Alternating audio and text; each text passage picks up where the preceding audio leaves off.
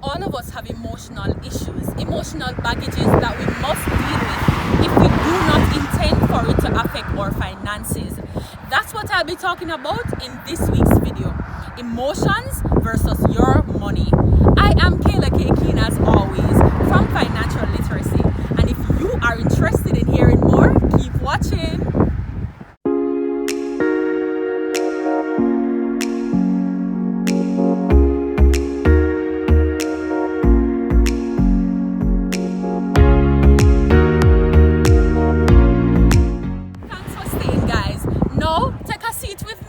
Grab some popcorn, some coffee, whatever you need, but we're going to dissect the issue and I'm going to help you to understand how your emotion could be affecting your money.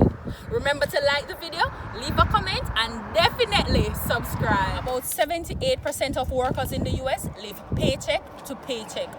What is mind-boggling about the figure is that most of them are actually earning over 100,000 US annually, which means that they are not minimum wage earners. So that means that although they are earning a lot of money, they still cannot satisfy their financial needs with the money that they are earning. From closer observation of people and from conversations that I've had, I've come to observe that a lot of people have serious emotional issues and most of them spend to compensate as opposed to getting to the root of the matter.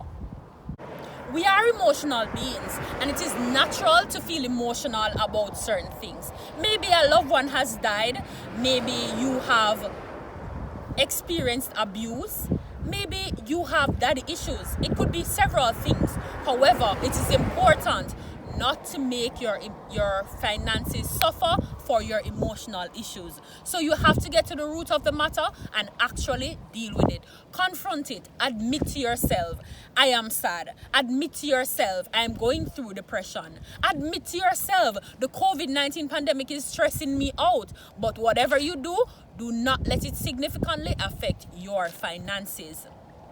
I remember when my grandmother passed away, it was an extremely stressful time for me because I was accustomed to always having her around. Even if she was not physically there, I could always pick up the phone and call her. It was extremely stressful and I really did not want to get out of bed. But I had to confront the situation and say to myself, it's sad, but she has already left us. She's in a better place, definitely, and I need to move on with my life and take along the good principles that she has taught me. So I had to confront it, deal with it, and keep going.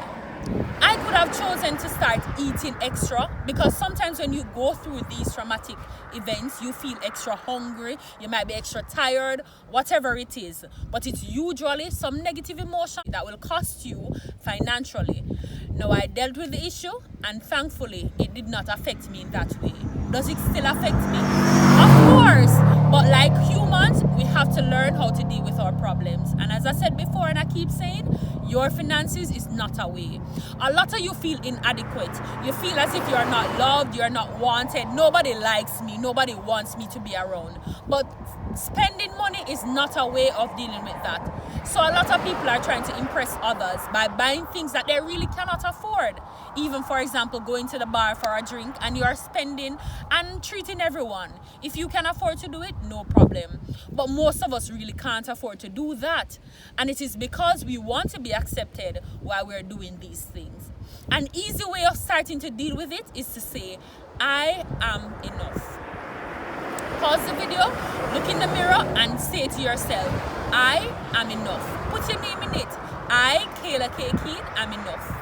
And in doing that daily, you reaffirm yourself that you don't need material things to fit in, or you don't need material things to be worthy of good company, to be worthy of love, to be worthy of anything. But you just need to know that you are enough.